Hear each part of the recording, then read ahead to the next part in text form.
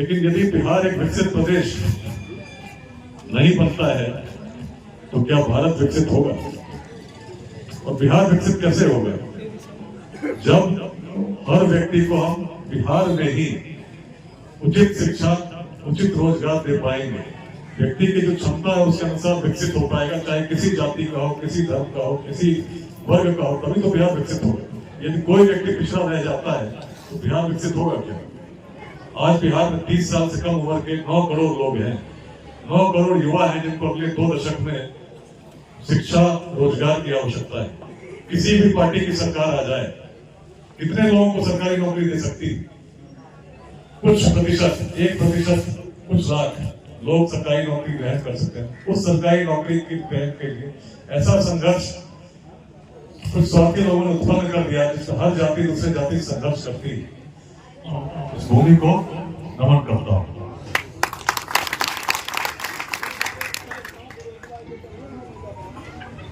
आज जब बिहार के बारे में हम लोग सोचते हैं और जब देखते हैं कि बिहार एक पिछड़ा राज्य है और भारत के सभी राज्यों की जब सूची बनती है तो बिहार का स्थान उसमें सबसे नीचे होता है। चाहे कोई भी पैरामीटर हो, किसी आधार कोई भी हो, उसमें हम पाते हैं बिहार, चाहे शिक्षा की बात हो, रोजगार की बात हो, स्वास्थ्य सुविधाओं की बात हो, तो जहां पर होना चाहिए था उससे बहुत पीछे हम पिछड़ चुके हैं, पिछड़े गिने जाते हैं। इसका कारण क्या है? यदि इस बिहार की क्षमता के बारे में सोचेंगे हम पाएंगे इस समय रोड आज के जैसे नहीं थे, टेक्नोलॉजी आज के जैसी नहीं थी, सूचना के तंत्र आज के जैसे आधुनिक नहीं थे।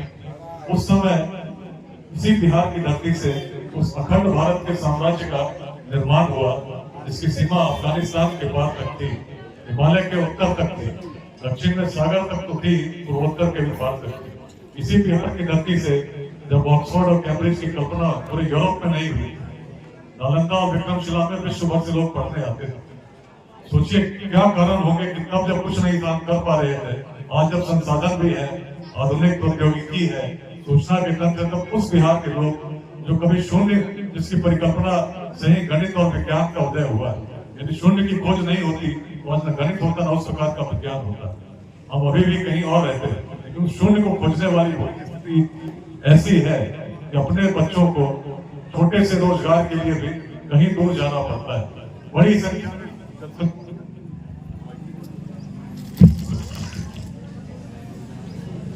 संख्या में जनसंख्या को बिहार के बाहर रोजगार के लिए जाना पड़ता है। शिक्षा की सुविधाओं को देखें तो जहां कभी ऐसे विश्वविद्यालय थे जिसमें कोई भेदभाव नहीं था, आज यदि हम कल्पना करें तो क्या आज बिहार में ऐसा कोई विश्वविद्यालय है, ऐसा कोई विद्यालय जिसे विदेश से पढ़ने लोग आना चाहें? उसमें पूरे तिब्बत के लोग 1000 साल पहले सोना दान करके पढ़ना चाहते थे। उस बिहार की दुर्दशा किसने की?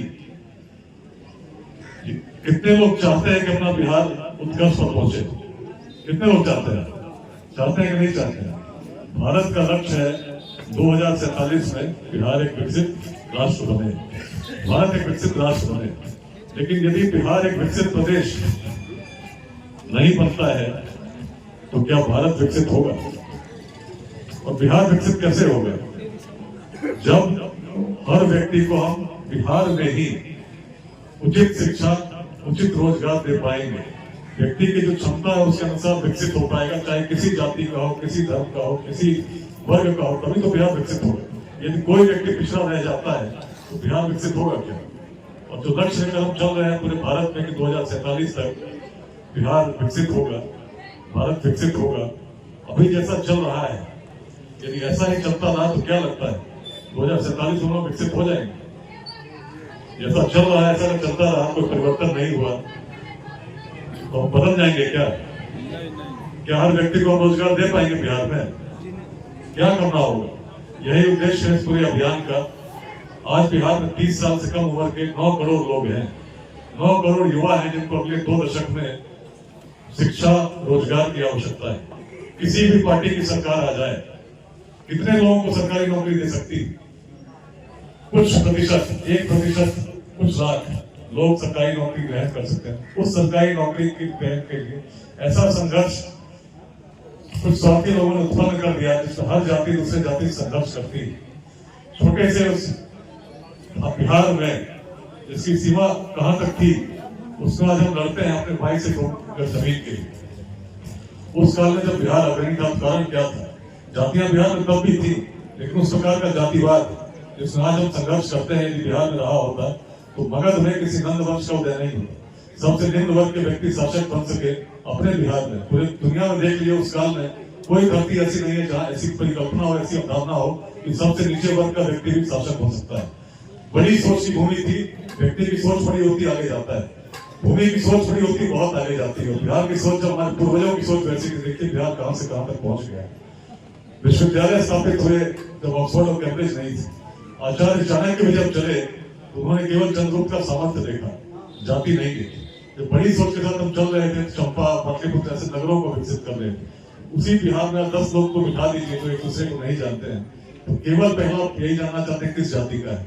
उसके आधार पर तय करते हैं किसी मित्रता होनी चाहिए कि नहीं होनी चाहिए। बात केवल वोट तक नहीं, अपने व्यक्तिगत संबंधों में भी हम जाति को इस प्रकार प्रविष्ट कर चुके हैं जिसका नाश आवश्यक है। यदि बिहार का विकास चाहते हैं तो जातिवाद का नाश करना होगा। हर व्यक्ति को व्यक्ति से हम जोड़ सके थे, इसीलिए अफगानिस्तान के पार तक साम्राज्य बना सके थे जब संसाधन नहीं थे। आज जब संसाधन है, आवश्यकता यदि है तो दृष्टि की है। बिहार वही बदल सकेगा जो ईमानदारी के साथ काम करेगा, जिसके अपना स्वार्थ नहीं होगा, बिहार के लिए प्रयास करेगा। हर व्यक्ति चाहे किसी जाति किसी संप्रदाय का हो, उसके उदय से ही बिहार का उदय संभव है।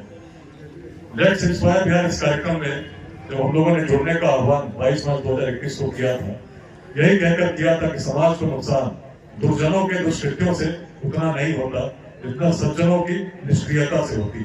अच्छे लोग जब तक जुड़ेंगे नहीं, प्रयास नहीं करेंगे तो कोसते रह जाएंगे, लेकिन चीजें नहीं बदलेंगी। और इस प्रकार जुड़ते जुड़ते आज पूरे बिहार के 75,000 लोग केवल व्हाट्सएप के ग्रुप्स में जुड़े हैं। समूह में भी ग्रुप बनाए कम लोग हैं। मेरा आह्वान होगा सब लोग इससे जुड़िए। और पहली बात यही कहना चाहता हूँ, तब यदि बिहार अग्रणी था, हमारी सोच बड़ी थी। इसी बड़ी सोच को लेकर यदि हम प्रयास करें, बहुत लोग जुड़े हैं, अनेक प्रकार के कार्यक्रम जैसा आप बता रहे थे, गरीब बच्चों के लिए जो प्रतिभाशाली है निकेतन है, अलग अलग जिलों में चल रहे हैं। 14 केंद्रों पर महिलाएं सामने आई है, बच्चों को पढ़ा रही है। हर ऐसा व्यक्ति जिसके हृदय में बिहार बसता है, जो अपने जीवन काल में बिहार को बदलता देखना चाहता है कि निस्वार्थ भाव के लोग बिहार को आगे ले चलें और इसके लिए मिलकर प्रयास करें, और तभी बिहार बदलेगा। अभी तक हम लोग कार्यक्रम सभागारों में करते थे, वैसे लोगों के बीच करते थे तो सोशल मीडिया से जुड़े हैं, कहीं न कहीं अधिक पढ़े लिखे हैं, लेकिन जब तक बिहार के हर अंतिम व्यक्ति तक हम नहीं पहुंचेंगे तो बिहार कहाँ बदलेगा। क्योंकि लक्ष्य तो यही है बिहार का हर अंतिम व्यक्ति उसके भी जीवन में उत्कर्ष आए, वह भी सफलता के उत्कर्ष को प्राप्त करे, और बिहार ऐसी दृष्टि फिर से भारत को दे जैसा उसने पुरातन काल में दिया है, जिसके कारण हम पूरे भारतवर्ष का नेतृत्व कर सके। उसी योगदान के साथ यदि बिहार नेतृत्व करने लगा तो निश्चित है कि भारत विकसित राष्ट्र बनेगा, और बिहार उसी दृष्टि के साथ भारत को विश्व गुरु बनाने की भूमिका निभाएगा। इसमें सभी का सहयोग चाहिए। एक व्यक्ति, कुछ लोग मिलकर तो सोच सकते हैं, लेकिन जब तक एक जन आंदोलन, एक जन अभियान नहीं बनता जिसमें बिहार ही एकमात्र दृष्टि हो, जाति संप्रदाय लिंग भेद सबसे ऊपर उठकर बिहार के लिए योगदान करें। इस दृष्टि को हम हर व्यक्ति के हृदय में जन्म दो, कहीं दूर की बात नहीं, मेरी अपनी बात नहीं, इसी भूमि का संदेश है। तब यदि हम थे तो क्यों थे, आज यदि हम पतनशील हैं तो क्यों है, बहुत सीधी सी बात है। यदि हम संघर्ष करेंगे तो स्वार्थी लोग हैं जिनका हित इसमें सिद्ध होगा, अपने हित सिद्धि के लिए संघर्ष कराते रहेंगे, लेकिन बिहार उसे बदलेगा क्या? बिहार तो तब बदलेगा जब हर व्यक्ति सहयोग की भावना के साथ दे और बिहार को बढ़ाने में सहयोग करे। इसी उद्देश्य के साथ राष्ट्रकवि दिनकर की भूमि में एक नया परिवर्तन की श्रृंखला का प्रारंभ हो, यह प्रयास है हर गांव, हर पंचायत के हर व्यक्ति तक पहुंचने का, बड़ी संख्या में लोगों को आमंत्रित करने का और एक आह्वान करने का पूरे बिहार से कि हर व्यक्ति जागे। और बिहार यदि अपने जीवन काल में बदलता देखना चाहते हो, केवल स्वयं तक नहीं सोचना होगा, बिहार के लिए कुछ योगदान करना होगा। जो सक्षम है उनके द्वारा उनका सहयोग करना होगा, जो वंचित है, और मिलकर जब चिंता छोड़कर चिंतन करेंगे, संघर्ष छोड़कर सहयोग करेंगे, निश्चित बिहार बदलेगा। सबका स्वागत उस कार्यक्रम में करना चाहता हूँ, आह्वान करना चाहता हूँ, आप भी आइए, बड़ी संख्या में लोगों को लेकर आइए, क्योंकि बड़ी नई श्रृंखला का निर्माण हम लोग राष्ट्रकवि दिनकर की भूमि से कर रहे हैं। इसको बिहार के सभी जिलों में करना है। 35 जिलों में व्यक्तिगत रूप से अभी तक भौतिक युवा संवाद में कर चुका हूँ। अभी आपके बीच में आया हूँ तो कल पूर्णिया में था, उससे पहले किशनगंज, अररिया, सहरसा, मधेपुरा के लोगों से भी बात करके आ रहा हूँ। बढ़िया जन संवाद हर जिले में, हर पंचायत के व्यक्ति तक पहुंचने का प्रयास का प्रारंभ बेगूसराय से मैं करना चाह रहा हूँ और हर बेगूसराय वासी का इसमें सहयोग चाहता हूँ, ताकि लोगों को लगे कि राष्ट्रपति दिनकर की भूमि जाग रही हो, एक नई दिशा दिखाने के लिए पूरे बिहार को फिर से तत्पर है। बिहार को अपने जीवन काल में विकसित हम देखना चाहते हैं। तो सभी का स्वागत करना चाहता हूँ, आह्वान करना चाहता हूँ, आइए इस अभियान को गति दें, सशक्त करें और जाति संप्रदाय के बंधनों से मुक्त होकर बिहार के लिए हम कुछ योगदान करें। धन्यवाद। जय।